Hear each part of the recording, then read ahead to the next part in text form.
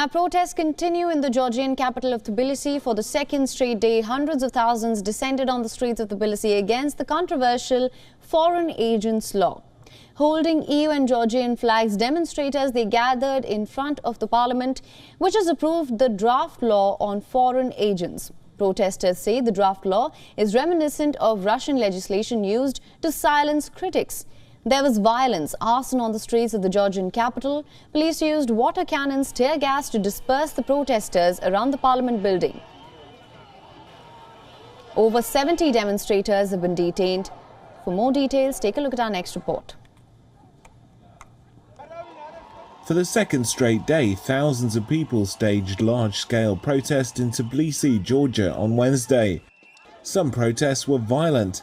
They're rallying against pending legislation dubbed the Foreign Agents Law, which critics say signals an authoritarian shift that harms Georgia's chances of closer ties with Europe.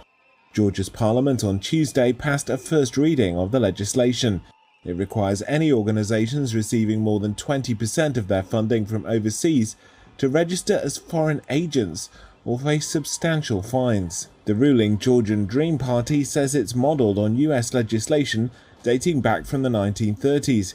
Critics say it's reminiscent of a Russian law that the Kremlin has used to crack down on dissent. We're protesting the Russian law.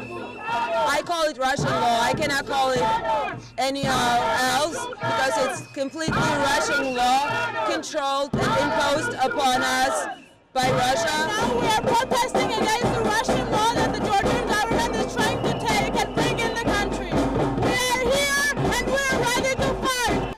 In clashes on Tuesday evening, protesters threw Molotov cocktails and stones at police, who used tear gas and water cannon to dispel the crowds. The Interior Ministry said 66 people had been detained. Protests continued on Wednesday afternoon with a march to mark International Women's Day, which is a public holiday in Georgia.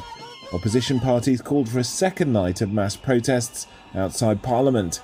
The issue has deepened a rift between Georgian Dream, which leads the government and has a majority in Parliament, and the country's president, Salome Zurabishvili, a pro-European who's moved away from the party since being elected with its support in 2018. She's backed the protesters, saying on Tuesday that lawmakers who voted for the draft law had violated the constitution. WION is now available in your country. Download the app now. Get all the news on the move.